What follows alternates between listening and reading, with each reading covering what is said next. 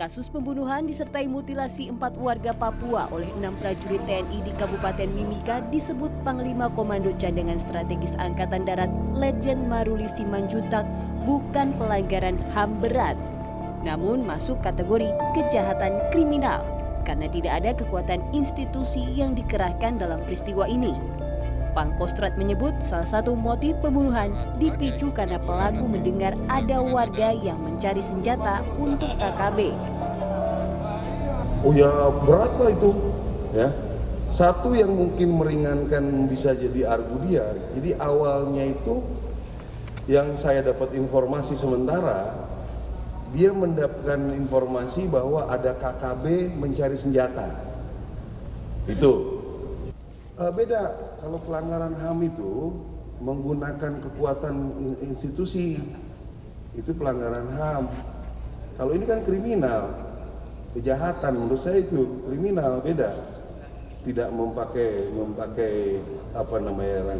rantai komando, tidak mempergunakan senjata punya negara, gitu loh.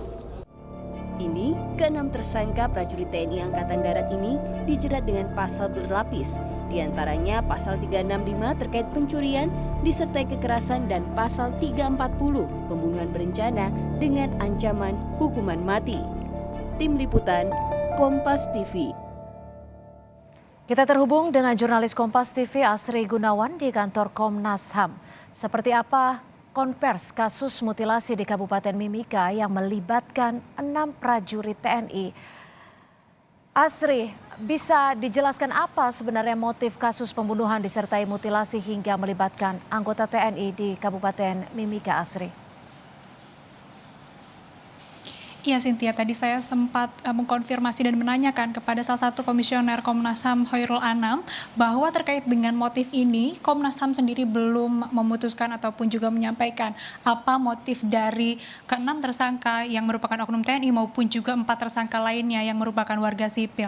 Namun dalam penyelidikan, pemantauan dan juga peninjauan yang dilakukan oleh Komnas HAM ke lokasi kejadian terdapat beberapa temuan yang mana Komnas HAM menjadi meng-highlight yang memungkinkan bahwa hal-hal tersebut merupakan motif dari pelaku untuk melakukan pembunuhan berencana.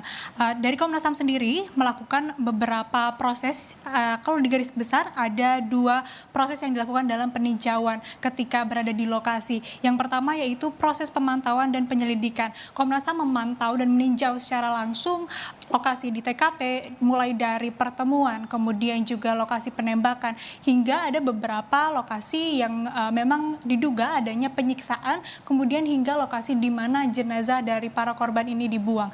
Dan dalam proses ini pun Komnas HAM mengikuti rekonstruksi yang mana diikuti oleh 9 pelaku atau 9 tersangka, yang mana 1 diantaranya tersangka ini masih DPO atau masih dicari atau menjadi daftar pencarian orang, dan dari rekonstruksi tersebut terdapat 50 adegan termasuk yang di TKP. Kemudian yang kedua agendanya adalah meminta keterangan dan informasi dari para saksi. Ada 19 saksi yang diperiksa baik itu dari keluarga korban maupun dari kepolisian, TNI, dan juga dari seluruh pelaku yang terlibat dalam pembunuhan berencana. Yang di-highlight oleh Komnas HAM di sini adalah adanya perencanaan pembunuhan dan juga adanya penyiksaan atau penganiayaan. Karena berdasarkan temuan-temuan dari Komnas HAM ini, setelah adanya proses penembakan, kemudian masih ada upaya penyiksaan yang dilakukan oleh para pelaku, dan Komnas HAM pun sempat menemukan adanya beberapa drum solar yang diduga ini merupakan juga motif dari para pelaku sehingga akhirnya melakukan tindak pidana kepada para korban yang terjadi di Kabupaten Mimika. Kemudian juga tadi Komnas HAM menyebut bahwa selain dari temuan-temuan berupa bensin ataupun drum solar yang ditemukan di lokasi, ada juga temuan dari Komnas HAM berupa obstruction of justice atau penghilangan upaya untuk merintangi penyidikan yang dilakukan oleh para tersangka. Namun yang baru disampaikan oleh Komnas HAM tadi dalam konferensi pers ini merupakan baru keterangan awal saja, sehingga masih dilakukan pendalaman terlebih terkait dengan motif ini. Cynthia. Ya, lalu Asri, apa tanggapan dari Komisioner Komnas HAM terkait dengan temuan-temuan ini, Asri? Iya, tanggapan dari Komnas HAM terkait dengan temuan yang ditemukan, ada 6 temuan yang ditemukan. Yang pertama yaitu perencanaan pembunuhan dan mutilasi. Kemudian yang kedua pengawasan senjata dan adanya senjata rakitan. Yang mana ini juga diketahui oleh Mayor TNI. Kemudian yang ketiga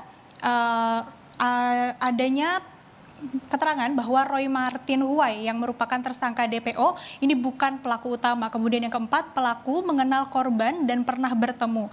Yang kelima, adanya kekerasan dengan mutilasi. Kemudian yang keenam, adanya hubungan rekanan kerja antara pelaku sipil dan pelaku anggota TNI. Untuk lebih lengkapnya saudara terkait apa yang disampaikan oleh Komnas HAM, berikut kita dengarkan terlebih dahulu keterangan langsung dari Komisioner Komnas HAM Hoirul Anam. Pada tahun 2019 silam pernah diungkap adanya penjualan amunisi oleh anggota Brigif tersebut. Jadi memang soal senjata, amunisi, senjata rakitan ini penting dan ini jadi temuan karena memang bagi kami juga pertanyaan besar kenapa anggota TNI memiliki senjata rakitan. Senjata rakitan yang diduga diproduksi di Bandung. Gitu, dengan sekian jumlah amunisinya yang sekarang sudah disita oleh teman-teman kepolisian. Setelah melakukan temuan tersebut, akhirnya Komnas HAM melimpahkan atau memberikan rekomendasi kepada pihak terkait untuk mengusut kasus ini. Kembali ke Anda, Cynthia. Baik, terima kasih atas laporan Anda, jurnalis Kompas TV Asri Gunawan melaporkan langsung dari kantor Komnas HAM Jakarta.